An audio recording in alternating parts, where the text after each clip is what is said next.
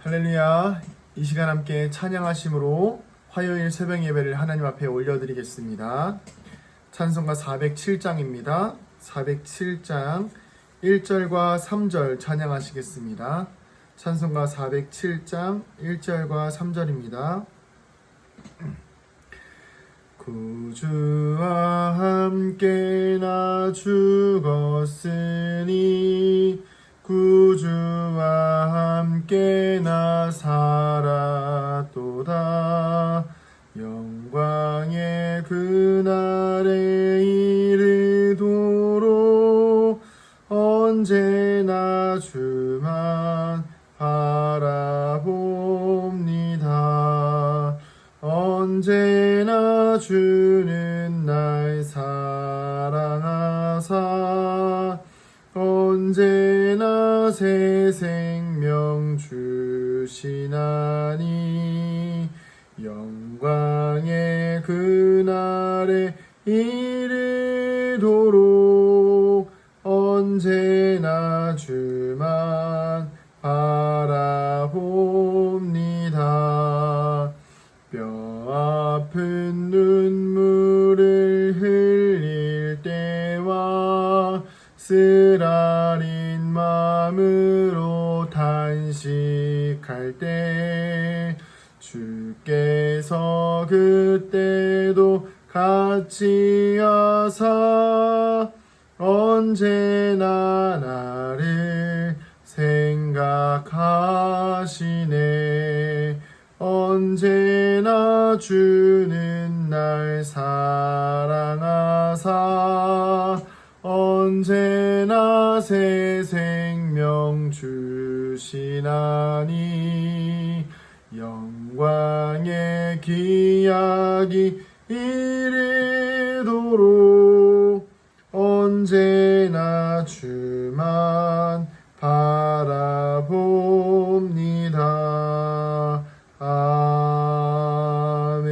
아멘. 아멘. 사도신경으로 우리의 신앙을 고백하겠습니다. 나는 전능하신 아버지 하나님, 천지의 창조주를 믿습니다. 나는 그의 유일하신 아들, 우리 주 예수 그리스도를 믿습니다. 그는 성령으로 잉태되어 동정녀 마리아에게서 나시고 본디오 빌라도에게 고난을 받아 십자가에 못 박혀 죽으시고 장사된 지 사흘 만에 죽은 자 가운데서 다시 살아나셨으며 하늘에 오르시어 전능하신 아버지 하나님 우편에 앉아 계시다가 거기로부터 살아있는 자와 죽은 자를 심판하러 오십니다. 나는 성령을 믿으며 거룩한 공교회와 성도의 교제와 죄를 용서받는 것과 몸의 부활과 영생을 믿습니다. 아멘. 함께 말씀 보도록 하겠습니다. 창세기 41장입니다. 말씀은 창세기 41장 37절부터 57절 말씀입니다. 창세기 41장 37절부터 57절까지 말씀입니다. 제가 다 읽어보겠습니다. 바로와 그의 모든 신하가 이 일을 좋게 여긴지라. 바로가 그의 신하들에게 이르되 이와 같이 하나님의 영에 감동된 사람을 우리가 어찌 찾을 수 있으리요 하고 요셉에게 이르되 하나님이 이 모든 것을 내게 보이셨으니 너와 같이 명철하고 지혜 있는 자가 없도다. 너는 내 집을 다스리라. 내 백성이 다 내 명령에 복종하리니 내가 너보다 높은 것은 내 왕좌뿐이니라. 바로가 또 요셉에게 이르되 내가 너를 애굽 온 땅의 총리가 되게 하노라 하고 자기의 인장 반지를 빼어 요셉의 손에 끼우고 그에게 세마포 옷을 입히고 금사슬을 목에 걸고 자기에게 있는 버금수레의 그를 태우매 무리가 그의 앞에서 소리를 지르기를 엎드리라 하더라. 바로가 그에게 애굽 전국을 총리로 다스리게 하였더라. 바로가 요셉에게 이르되 나는 바로라. 애굽 온 땅에서 내 허락 없이는 수족을 놀릴 자가 없으리라 하고 그가 요셉의 이름을 사브낫 바네아라 하고 또 온의 제사장 보디베라의 딸 아스낫을 그에게 주어 아내로 삼게 하니라. 요셉이 나가 애굽 온 땅을 순찰하니라. 요셉이 애굽 왕 바로의 앞에 설 때에 30세라. 그가 바로 앞을 떠나 애굽 온 땅을 순찰하니 7해 풍년의 토지 소출이 심히 많은지라. 요셉이 애굽 땅에 있는 그 7년 곡물을 거두어 각 성에 저장하되 각 성읍 주위에 밭 곡물을 그 성읍 중에 쌓아두매 쌓아둔 곡식이 바다 모래같이 심히 많아 세기를 그쳤으니 그 수가 한이 없음이었더라. 흉년이 들기 전에 요셉에게 두 아들이 나되 곧 온의 제사장 보디베라의 딸 아스낫이 그에게서 낳은지라. 요셉이 그의 장남의 이름을 므낫세라 하였으니 하나님이 내게 내 모든 고난과 내 아버지의 온 집 일을 잊어버리게 하셨다 하미요. 차남의 이름을 에브라임이라 하였으니 하나님이 나를 내가 수고한 땅에서 번성하게 하셨다 함이었더라. 애굽 땅에 7해 풍년이 그치고 요셉의 말과 같이 7해 흉년이 들기 시작하매 각국에는 기근이 있으나 애굽 온 땅에는 먹을 것이 있더니 애굽 온 땅이 굶주림에 백성이 바로에게 부르짖어 양식을 구하는지라. 바로가 애굽 모든 백성에게 이르되 요셉에게 가서 그가 너희에게 이르는 대로 하라 하니라. 온 지면에 기근이 있음에 요셉이 모든 창고를 열고 애굽 백성에게 팔세. 애굽 땅의 기근이 심하며 각국 백성도 양식을 사려고 애굽으로 들어와 요셉에게 이르렀으니 기근이 온 땅에 심함이었더라. 아멘. 할렐루야. 네, 화요일 새벽 예배를 드리시는 성도님들 환영하고 축복합니다. 오늘 말씀의 제목은 하나님의 영에 감동된 사람의 품격입니다. 자리가 사람을 만든다는 말이 있습니다. 저도 사실 자리가 사람을 만든다는 말을 과거에는 그렇게 뭔가 딱 그 말이 옳다라는 생각을 하지 않았었는데 저 스스로도 몇 번 그런 경험들을 하게 되면서 그 말이 아주 틀린 말이 아니라는 것을 알게 됐습니다. 제가 지금 이제 올해 37이니까 요셉 30살의 요셉보다 7살 많은 나이지만 한 교회 담임 목사라는 것도 그렇고 어찌 보면 참 하나님의 인도하심이 아니고서는 설명할 수 없는 방법으로 제가 살아가고 있는 것을 경험합니다. 그렇기 때문에 앞으로의 삶도 계속해서 하나님의 인도하심을 따라서 살아내야 하는 삶을 저 스스로도 살아야겠다는 생각을 합니다. 왜 그러냐면 하나님의 인도하심을 계속 받다 보니까 하나님의 인도하심을 받는 것이 얼마나 유익하고 좋고 더 큰 힘이 있는지를 알 수가 있기 때문입니다. 오늘 말씀에 나오는 요셉이 바로 그런 케이스예요. 바로의 꿈을 해몽하고 해결책까지 제시한 요셉은 이제 한 나라를 다스리는 왕과 신하들에게 인정을 받습니다.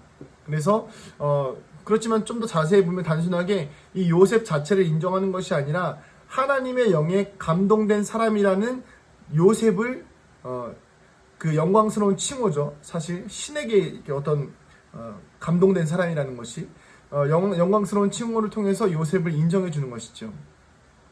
그렇습니다. 우리는 이렇게 이 요셉과 같이 하나님의 영에 감동된 사람으로 이 땅을 살아가야 하는 것입니다. 그렇지만 우리가 요셉처럼 산다고 해서 우리 모두가 지금 이 나라를 구할 수 있는 건 아니잖아요.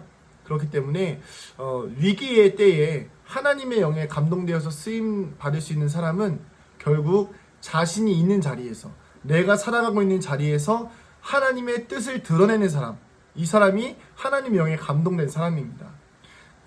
그것이 가정이든 직장이든 삶의 어떤 부분이든지 간에 요셉에게서 발견되었던 하나님의 영에 감동된 삶을 우리도 누리면서 살아가야 하는 것입니다. 그렇다면 오늘 말씀을 통해서 우리가 하나님의 영에 감동된 사람인 요셉을 통해서 이 요셉이 보여준 하나님의 사람으로서의 품격, 여기 보면 말씀에 보면 단순하게 하나님의 영에 감동되었다고 해서 요셉이 보여주는 그런 어떤 이미지들이 있거든요. 그래서 그것을 통해서 우리의 삶에도 내가 하나님의 사람으로서 이 땅을 살아갈 때 과연 어떻게 살아갈 것인가, 어떠한 품격을 가지고 살아갈 것인가를 도전받는 시간이 되기를 소망합니다. 먼저 하나님의 사람의 품격의 첫 번째는 바로 겸손히 주어진 일에 최선을 다한다입니다. 43절에서 45절 제가 읽어보겠습니다. 자기에게 있는 버금수레에 그를 태우매 무리가 그의 앞에서 소리를 지르기를 엎드리라 하더라. 바로가 그에게 애굽 전국을 총리로 다스리게 하였더라. 바로가 요셉에게 이르되 나는 바로라. 애굽 온 땅에서 내 허락 없이는 수족을 놀릴 자가 없으리라 하고 그가 요셉의 이름을 사브낫 바네아라 하고 또 온의 제사장 보디베라의 딸 아스낫을 그에게 주어 아내로 삼게 하니라. 요셉이 나아가 애굽 온 땅을 순찰하니라. 아멘. 요셉은 13년간의 종살이와 옥살이를 통해서 드디어 이제 하나님의 은혜로 이제 빛을 보게 되었어요. 그래서 무려 애굽의 2인자가 되어버립니다. 그 왕도 뭐 지위 말고는, 호칭 말고는 자기와 동등하다고 이야기할 만큼 참 대단한 지위를 얻게 되죠. 동시에 결혼을 하게 되는데 그 지금 결혼한 보디베라라는 이 사람이 어떤 사람이냐면 그 애굽에 있는 태양신을 섬기는 종교의 최고 지도자 중에 한 사람입니다. 그 사람의 딸을 아내로 맞이했으니까 정치와 종교 이 두 영역에서 엄청난 힘과 권력을 갖게 된 것이죠. 자, 그렇다면 잠시 자기에게 주어진 영광을 내 그동안 고생 많이 했으니까 그래 나 좀 너무 그동안 종살이도 했었고 그 칙칙한 감옥에서 살았으니까 이제 좀 쉬고 영광도 좀 누리고 권력도 좀 누려보고 나를 괴롭혔던 형들도 좀 찾아가서 좀 혼내주고 이렇게 할 법도 한데 요셉은 바로 하는 행동이 무엇이냐면 간단합니다. 요셉은 애굽 온 땅을 순찰하더라 이렇게 나와 있던 것이죠. 요셉은 지금 자신에게 주어진 이 자리의 역할과 자신에게 주어진 사람들의 기대들이 자신의 것이 아님을 알고 있었습니다. 그저 하나님께서 요셉을 사용하시는 그 시간인 것을 알았기 때문에 굳이 요셉은 동요하지 않았어요. 심지어 꿈을 해몽하고 해결책을 제시하면서도 왕이시여 제가 이 꿈을 해몽했고 제가 이 해결책을 알고 있으니 저를 사용해 주세요라고 이야기하지 않습니다. 이 일에 적합한 사람을 찾아서 사용을 해달라고 이야기합니다. 본인이 해야 된다고 하지 않은 것이죠. 그것은 바로 권력이나 어떤 살아남고자 하는 욕심이 있는 것이 아니라 그저 하나님께서 보여주신 일에 최선을 다하는 것입니다. 오늘 우리도 각자에게 주어진 삶을 살아갑니다. 때때로 내가 영광받을 기회가 주어지고 사람들에게 인정받을 때가 분명히 있을 것입니다. 그러나 그 가운데에서 정말 하나님의 사람은 크게 동요하지 않습니다. 그저 하나님께서 주신 삶의 영역 속에서 최선을 다할 뿐이죠. 왜냐하면 그래야 하나님께서 영광 받으시기 때문입니다. 좀 부끄럽지만 제 고백을 좀 하자면 저도 예전에 목사가 되고 나서 얼마 지나지 않아 이제 막 설교를 하잖아요. 그럼 이제 성도님들의 칭찬이 그렇게 듣기가 좋은 거예요. 설교 끝나고 나면 은혜 받았습니다. 감사합니다. 이렇게 해주시는 말들이 예전에는 몰랐는데 어느 순간 너무 그 말이 듣기가 좋은 거예요. 그러다 보니까 설교를 준비하면서 그 영광을 생각하면서 제가 설교를 준비하는 저를 발견했습니다. 그래서 제가 이제 그 다음에 설교할 기회가 있을 때 저에게 이제 그런 말씀을 좀 자중해달라라고 말씀을 드렸는데 더 긴장하게 되는 거예요. 왜냐하면 사람에게 영광받을 설교가 아니기 때문에 이 말씀이 또 이 역할이 제가 살아가는 이 하나님의 사람으로서의 삶이 누군가에게 영광을 받기 위한 삶이 아니라 나의 삶을 통해서 하나님께 영광을 올려드려야 되는 삶임을 깨달았기 때문입니다. 저뿐만이 아니라 이 땅을 살아가는 모든 성도들의 삶이 그러합니다. 나의 삶을 통해서 내가 영광 받는 것이 아니라 나의 삶을 통해서 하나님께서 영광 받으시는 그런 거룩한 인생 되시기를 소망합니다. 그래서 작은 일에도 최선을 다하시고 그리고 그 작은 일 하나에도 분명히 하나님의 뜻이 있습니다. 그 하나님의 뜻이 오늘 우리 성도님들의 삶을 통해서 이루어지기를 소망합니다. 자, 이 하나님의 사람의 두 번째 품격은요, 바로 과거의 일은 깔끔하게 은혜로 덮어버린다입니다. 요셉의 첫 번째 아들의 이름은 므낫세입니다. 그 이름의 의미는 잊어버린다라는 뜻의 의미를 가지고 있습니다. 하나님의 사람은 자신에게 주어진 상황 속에서 나를 향한 하나님의 계획을 신뢰합니다. 다시 한번 말씀드립니다. 정말 하나님의 사람은 자신에게 주어진 상황 속에서 나를 향한 하나님의 계획을 신뢰합니다. 그렇기 때문에 자신에게 주어졌던 과거의 두려움과 어려움과 시련마저도 하나님의 은혜로 잊어버린다는 것이죠. 아까도 말씀드렸지만 요셉이 권력을 잡았을 때 그 자신이 과거에 대한 미련이 남아있고 형제들 향한 복수심과 분노가 남아있었다면 당장 찾아가서 형제들에게 어떻게 해코지를 했을 거예요. 그런데 요셉은 이 첫째 아들의 이름을 지음과 동시에 어떻게 고백하냐면 하나님께서 내 모든 것들을 다 잊어버리게 하셨다라고 고백하는 것입니다. 그리고 두 번째 아들의 이름은 에브라임의 아들의 이름은 열매를 맺음이라는 뜻입니다. 이 이름들을 지으면서 요셉은 만감이 교차했을 것입니다.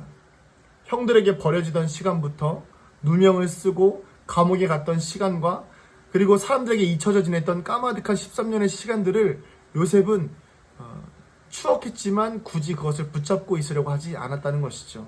그 시간들은 하나님의 시간이며 지금 누리는 이 은혜를 통해서 그 아픔의 시간들을 하나님께서 보상해 주시고 잊게 하시고 또 이제는 더 많은 것들로 채워주시는 하나님을 바라보는 것, 이것이 바로 하나님의 사람의 시선이라는 것이죠. 신앙은 과거가 아니라 현재입니다.